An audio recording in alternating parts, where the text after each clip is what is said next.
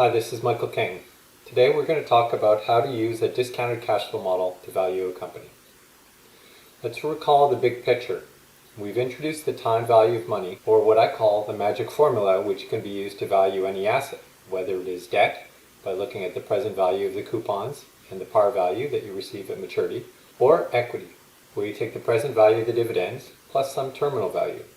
We've looked at capital structure, which is a choice between debt and equity, and we've used the weighted average cost of capital to bring together capital structure with the cost of debt and the cost of equity. Now, we're going to use a similar approach to value a firm using a discounted cash flow model where the enterprise value, or the market value of the firm's assets, is going to be equal to the present value of the free cash flows generated by those assets plus a terminal value discounted using the weighted average cost of capital. So there are three valuation methods. There's the discounted cash flow model, which we would consider an intrinsic valuation model. It does take a form similar to a dividend discount model, where we forecast a series of cash flows and a terminal value, and we find their present value. There are also relative valuation using market multiples, using either equity multiples, such as price to earnings or market to book, or firm multiples using enterprise value. There are also multiples that come from prior mergers and acquisitions, known as precedent transactions, where it is the multiple that was used to pay for a company in an acquisition. Let's take a look at the magic formula again. Here you can see that the present value of any asset is equal to the cash flows that you will receive from holding those assets discounted to today. You need to know the size of the cash flows, the timing of the cash flows, and the discount rate. As we saw when valuing a bond, the value of a bond using the magic formula was simply the present value of the coupons and the face value that you will receive at maturity, discounted at the yield to maturity. Now, when looking at a discounted cash flow model, we can see that it takes the same form. We're going to discount the free cash flows to the firm each year out to some end point of our forecast, at which point we're going to calculate a terminal value, which is going to represent all the free cash flows that will happen in perpetuity beyond the horizon of our model. We're going to discount those free cash flows plus the terminal value at a discount rate, which is going to be the weighted average cost of capital. By summing up those discounted present values, we're going to come up with the enterprise value. When it comes to the terminal value, we're going to see that it is very important for determining the enterprise value. Often we're at 70 to 80% of the present value. We're going to use two different approaches. We're going to use a perpetuity growth formula, similar to what we saw with the dividend discount model, or we're going to use an exit multiple, where we're going to use a multiple of enterprise value to EBITDA. So the goal of a DCF is to identify the free cash flows that will be generated by the assets, which are available to pay either creditors or shareholders of the firm. We're not going to discount sales, we're not going to discount net income or earnings.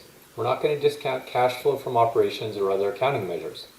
We're going to generate a measure called a free cash flow, which is unique to a DCF model. These free cash flows are going to be unlevered, meaning that we're not going to look at how the company is financed. We are not going to include interest expense when looking at these cash flows. We want to know what cash is available to all capital providers of the firm, and the choice of how you structure the capital is going to be incorporated through the weighted average cost of capital, the discount rate that's used to calculate the present value. The weighted average cost of capital is going to incorporate both capital structure as well as tax shields from holding debt. So when we look at a company's enterprise value, there are a couple principles we need to keep in mind. We are not using accounting values. We're looking at this in a forward-looking basis. So we're not going to incorporate all of the items on the balance sheet simply because we're going to net out different items. In particular, we're going to net out working capital and debt. Here you have a typical balance sheet. Notice that you have current assets and current liabilities, but there may be excess cash held in marketable securities. Liability side, we may have current liabilities, debt, and for shareholders' equity, we may have three forms: preferred shares, non-controlling interest, and common equity. The first step is to net out working capital. We do that by subtracting non-debt current liabilities from non-cash current assets. The second step is going to be netting out excess cash against debt to get net debt. We simply deduct cash from total debt to get net debt. Notice that it is very difficult to calculate excess cash So most analysts will simply assume that all cash is excess, although this may not always be the case. If you're unsure, ask someone with more experience to check your assumptions. Our goal is to calculate enterprise value, where enterprise value is the market value of all the assets, and it is financed using net debt, preferred shares, non-controlling interest, and common shares. So here's the steps for calculating enterprise value and for ultimately backing out the value of the common equity. First, we calculate the free cash flows to the firm and the terminal value. Second, we discount those cash flows and terminal value at the WACC. Third, we sum those discounted present values to generate the enterprise value. Fourth, we back out the value of common equity by deducting net debt, preferred shares, and non-controlling interest from the enterprise value. Fifth, we get an implied price per share by taking the value of the common equity and dividing it by the number of shares outstanding. We're going to start by generating unlevered free cash flows to the firm. These are not actual cash flows. These are cash flows that will take into account as we grow sales. We have to make investments in both fixed assets in the form of capital expenditures as well as working capital. As you can see here, we start with earnings before interest and taxes. We then deduct taxes calculated at the marginal rate. Once we have this earnings before interest and after taxes, we add back non-cash items, generally depreciation and amortization. We're going to deduct investments that we need to make in CapEx, as well as any increases in net working capital. Notice that if net working capital decreases, that would be a source of free cash flow, not a use. This will give us the free cash flow in 1 year. This form of calculation does not exist in accounting statements. You do not see earnings before interest and after taxes. Why? Because typically you would deduct interest expense prior to determining taxes. This is the way a financial analyst will use it, and it is neutral to capital structure. You may see earnings before interest and after taxes labeled as net operating income after tax or net operating profit after tax, NOPAT. You may also see it described as EBIT times 1 minus tax, where the tax is the marginal tax rate. Most people will make a mistake when looking at net working capital. They may, for example, deduct total net working capital when what we're looking at is the change from 1 year to the other. They may incorrectly view an increase in net working capital as a source of cash, when in fact we are tying up more cash in net working capital. A decrease in net working capital from 1 year to the next is actually releasing cash. It is important to get your free cash flows accurate each year in order to determine the valuation of the company. Notice that free cash flow to the firm looks similar but is different from the statement of cash flows. On the left, the free cash flow to the firm, as we saw, does incorporate depreciation and amortization. It does deduct CapEx and change in net working capital. These items can be found on the statement of cash flows, where depreciation and amortization and the change in net working capital are part of cash from operations, and CapEx is part of cash from investing. Net working capital is one area where people will often make a mistake. Notice that it is non-cash working current assets and non-debt current liabilities. So what do we mean? Well, for current assets, we're looking at accounts receivable, inventories, prepaid expenses, and other current assets. For current liabilities, we're looking at accounts payable, accrued liabilities, and other current liabilities. We add up the current assets that are excluding cash, and we deduct the current liabilities excluding debt. What we're going for, however, is the change from one period to the next, typically from 1 year to the next. Even though we calculate the net working capital in each year, what we're focused on is the increase or the decrease from 1 year to the next. Let's take a look at an example. Here we have a company going from 2015 to 2016. You can see the current assets and the current liabilities. Notice first that we ignore cash. We ignore the current portion of long-term debt. When we look at current assets, excluding cash, in 2015, they are 400, and they increase to 475 in 2016. When we look at non-debt current liabilities. They are 150 in 2015, and they increase to 175 in 2016. This is typical if a firm has increasing sales. Net working capital in 2015 is 400 minus 150, or 250 million. In 2016, it is 475 minus 175, or 300 million. The change from one year to the next is actually an increase in net working capital, which is a use of cash. The terminal value is also going to be critical. It represents all of the free cash flows to the firm that occur beyond the horizon of our forecast. It's as if we assume that the firm is going to be sold at some point in the future, and we can calculate that value and discount it to today. We're going to use two models to get the terminal value. One is going to be a perpetuity growth model, shown in the first formula. The second is going to be a multiple of EBITDA, shown in the second formula. Notice that the free cash flows in the terminal value are going to be growing at some long-term sustainable growth rate G. We're going to discount those free cash flows that have grown by one period by the difference between R, which is going to be our weighted average cost of capital, minus the growth rate. This formula is a constant growth perpetuity. When it comes to the multiple, we're going to calculate the multiple of EV to EBITDA and multiply it by EBITDA in order to get the terminal value. So let's look at a simple example of a DCF. In this case, we know that we have $1 million in capital invested to start a firm, where the firm has 20% debt and 80% equity. The 20% debt, or $200,000, has a cost of debt of 10% per year. The equity, which is $800,000, has a required return of 15%. The marginal tax rate is 40%, and we can assume that the firm has sales of $500,000 and expects to generate $220,000 of EBIT every year. To make it simple, we're going to assume that this is a perpetuity with no change from year to year. We're going to assume that all of this earnings before interest and taxes is paid out as dividends. We're going to assume that capital expenditures are exactly offsetting depreciation. They're both going to be equal to 5% of sales. And no future investments in working capital are required.